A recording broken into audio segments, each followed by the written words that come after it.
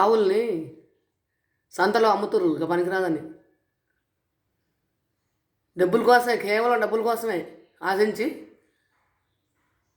ఆవుల్ని సంతలో అమ్మితే అవి ఏ కట్టి కూడా చేతుకుపోతాయో ఇవి.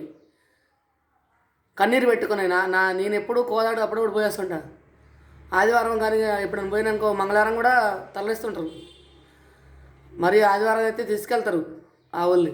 కన్నీళ్ళు పెట్టుకుంటాయి, అందులో దీనంగా చూస్తుంటాయి. ఆ వ్యాన్లో నిలబెట్టి దాంట్లో ఎండనక వాననక నిలబెట్టి దాంట్లో కట్టేసి తీసుకుపోయి హింసపెట్టి వాళ్ళని కటింగు.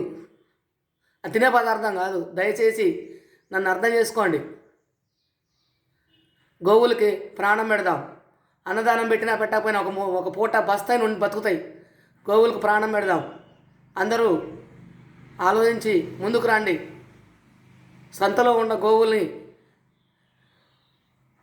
విలేజ్లో ఉన్న గోవుల్ని మనం సేకరించుకొని ఏదో ఒక విధంగా కాపాడదాం.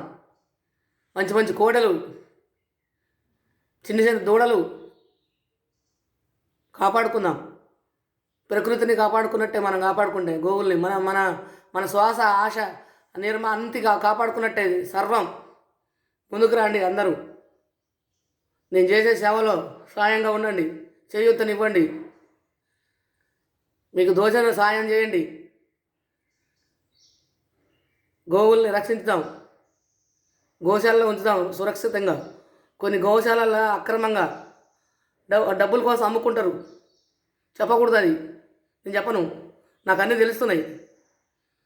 కొంతమంది చెబుతుండే నేను అలాంటి పని చేయొద్దు. నోరు లేని మన బిడ్డలంతా వాళ్ళంతా నోరు లేని మూగజీవాలు అలా చేయొద్దు.